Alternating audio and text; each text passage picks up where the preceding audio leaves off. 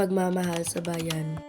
Ang pagmamahal sa bayan ay isang paraan ng paggalang at pagbibigay halaga sa mga sakripisyo ng ating mga bayani na nag-alay ng kanilang buhay para sa ating kalayaan. Dito nagkaugat ang ating kasaysayan, kultura at tradisyon na nagbigay ng yaman at kahulugan sa ating pagkatao. Narito ang ilang halimbawa ng pagmamahal sa bayan. Pagkakaisa.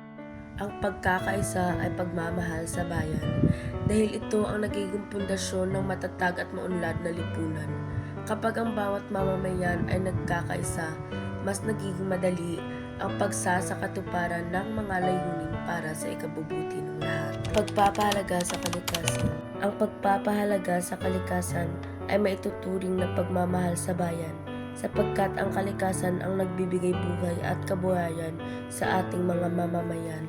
Pagrespeto sa bandila.